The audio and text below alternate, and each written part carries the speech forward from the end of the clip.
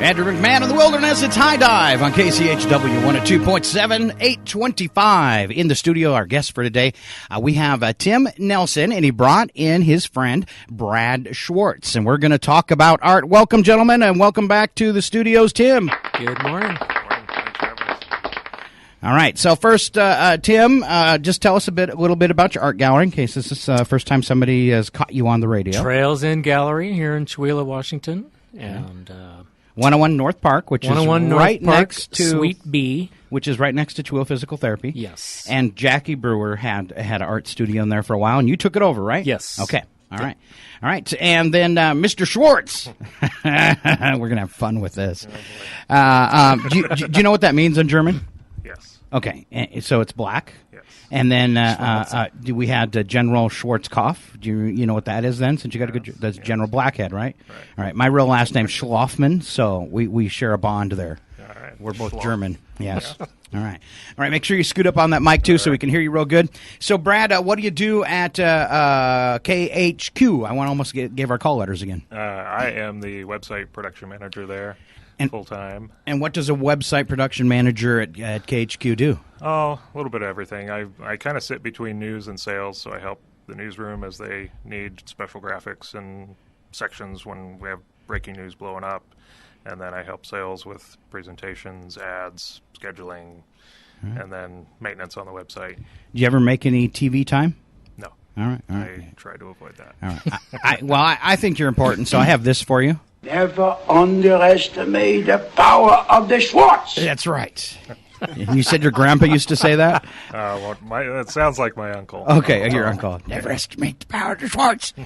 All right, so tell us a little bit about your art, Brad.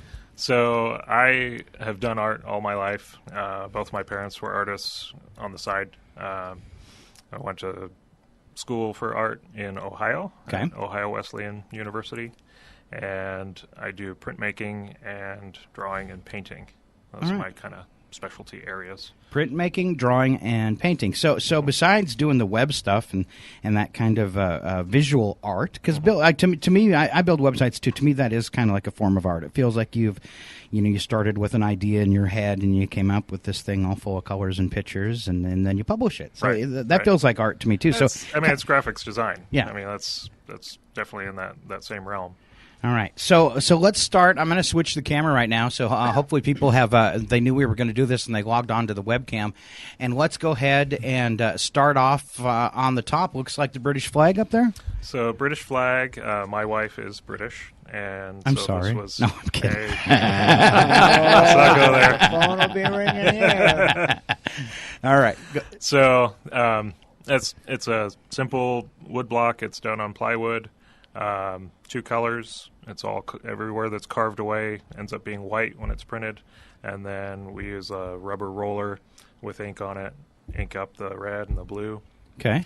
Lay the paper right on top, run it through a press, and then you have a print. So down below is the paper that you would make, right? And then you would press it onto the wood. And there's Vanna. Thank you, Vanna. Resulting print. All right.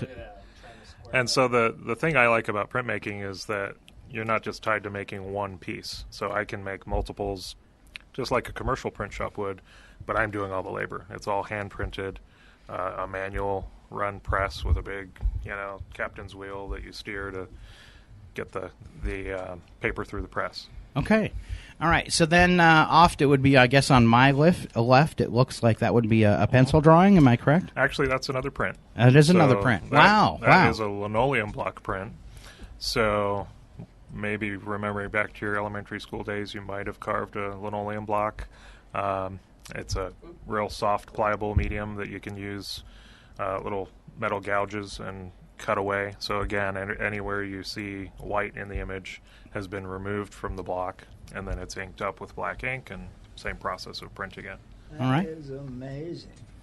All right, and then in the middle, what do we have? You should stay up there, Tim. You can play Vanna again. Get those right up on the camera. That looked good. That is another linoleum block print. In this case, it's hand colored. So this is the first proof of a new print that I have been working on for the last few weeks. Again, anything that's black is the surface of the block that's inked up, and then I printed that by hand since I don't have a press right now. Okay. And then I used watercolor as a kind of a trial, see what colors are going to work for the subsequent blocks that I'm going to carve and print. So are you doing that when you say watercolor? So you're painting on that by hand as well? On this one in particular, yes. Yeah. Wow, that's beautiful too. Thank you. All right, you can leave that behind. We'll hang it on the wall if you want. Okay. I'm just saying. It will be on display tonight in the gallery. Well, when you're done, drop it off. All right, and then off on the right, Jeff will like this one a little bit more. He wanted to go fishing today. Yeah. He's going fishing after the morning show. Matches your shirt. All right. So this is just a simple watercolor painting. I did it on one of the fundraiser nights for our children's childcare place. Okay. Community building childcare. They don't go there anymore, but we still attend their fundraisers, and they get a whole bunch of artists together, have booths, and part of the entry donation, you get to make art the whole night and drink wine and snack. So like that was my 10-minute, what am I going to do, watercolor. All right.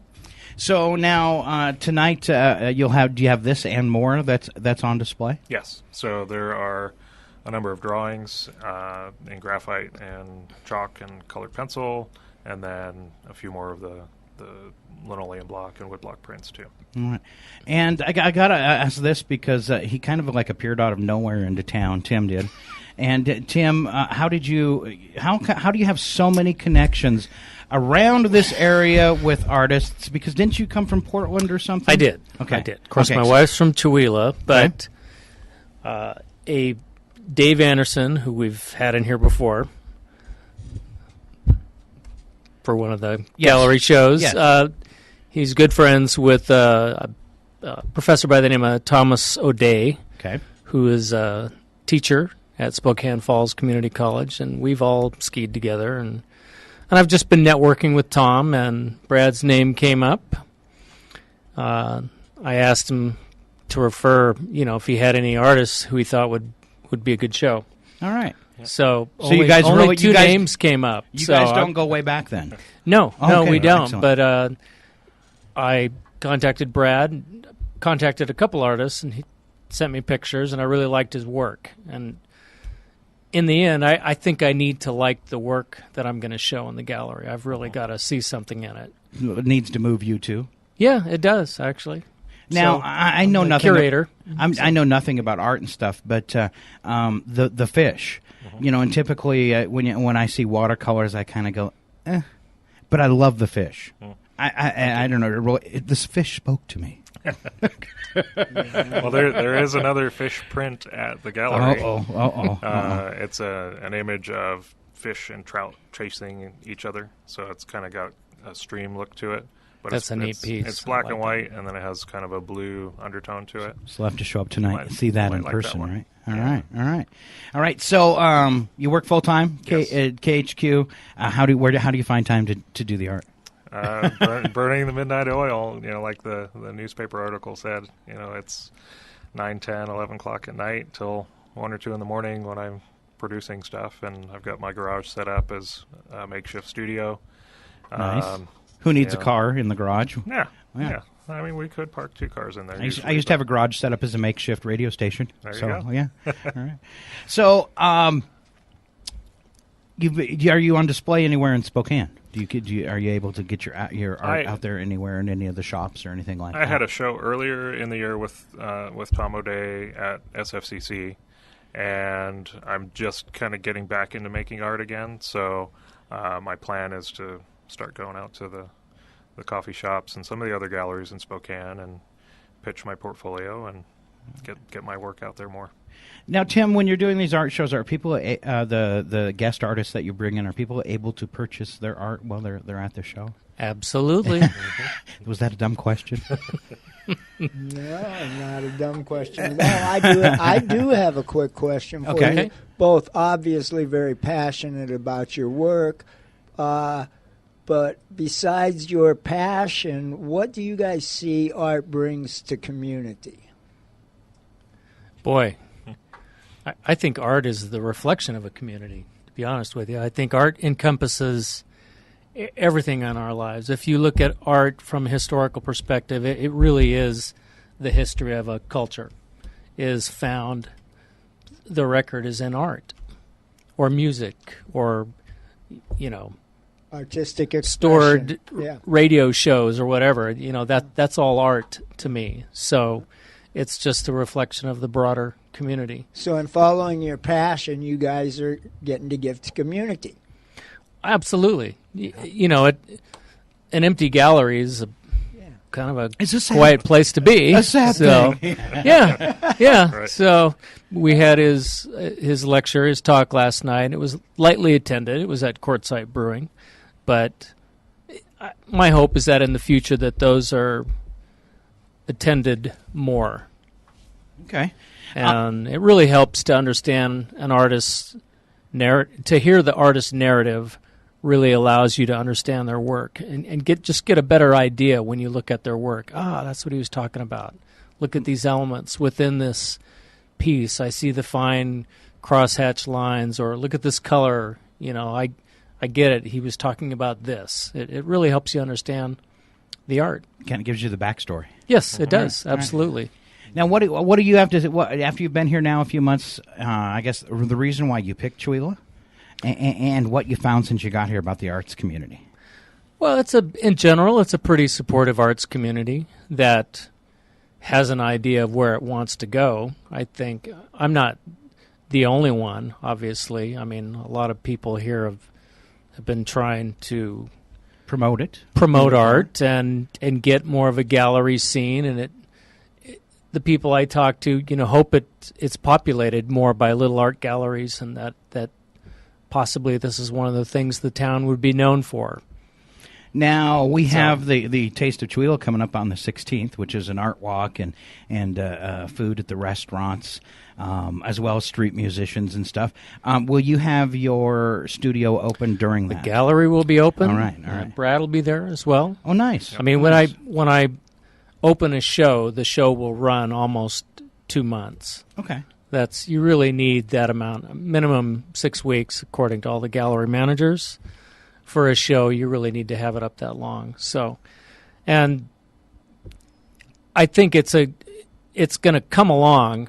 I am booked now. The gallery is booked with shows through 2017. Wow. I'm going to have 2 holiday shows, which will be open to multiple artists. And those, I'll still curate the work as it comes in, try to get, let's say, 10 to 15 artists, maybe 2 or 3 pieces of art each. And so, midway through November or right after Thanksgiving through December 30th will always be devoted to a holiday show.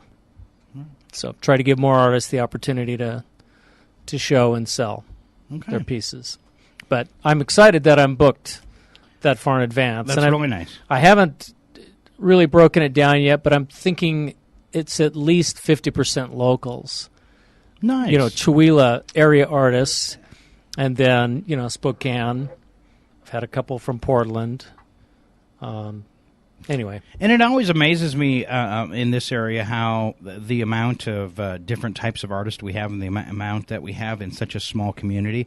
I've had discussions before where people think that the picturesque mountain setting and being here in the valley draws artists here because of the beauty and the slower pace and that kind of stuff.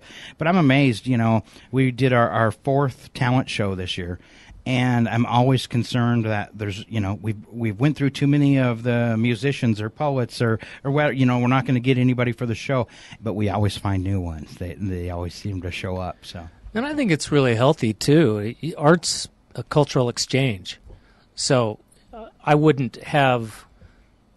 think it would benefit the community to have local only. I think it really helps to bring other artists in. as well. It's a big world out there, and a lot of those artists, Dave was all over the U.S. Dave Anderson, and then he's here, and he'll be back for Chautauqua, and all right, you doing a booth at Chautauqua? I've got a booth at Chautauqua. Right, I've got Dave Govedere will be there with me, and how fun! And you Dave said Anderson he's making you a sign or something too. Yes, right? Yes, we're working on a collaborative project. It's a 7-foot-long fish, a la Govedere, coming off the wall with steel wave motif supports and everything. It's going to be interesting. That's the thing about Dave's art. It's usually something that if it falls over, it will kill you.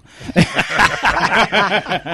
going to be some engineering involved here, I think, to figure it out. Make sure those studs actually go through wood and on the back side of the wall. Hold that up and stuff. Absolutely. It might stand, but the building...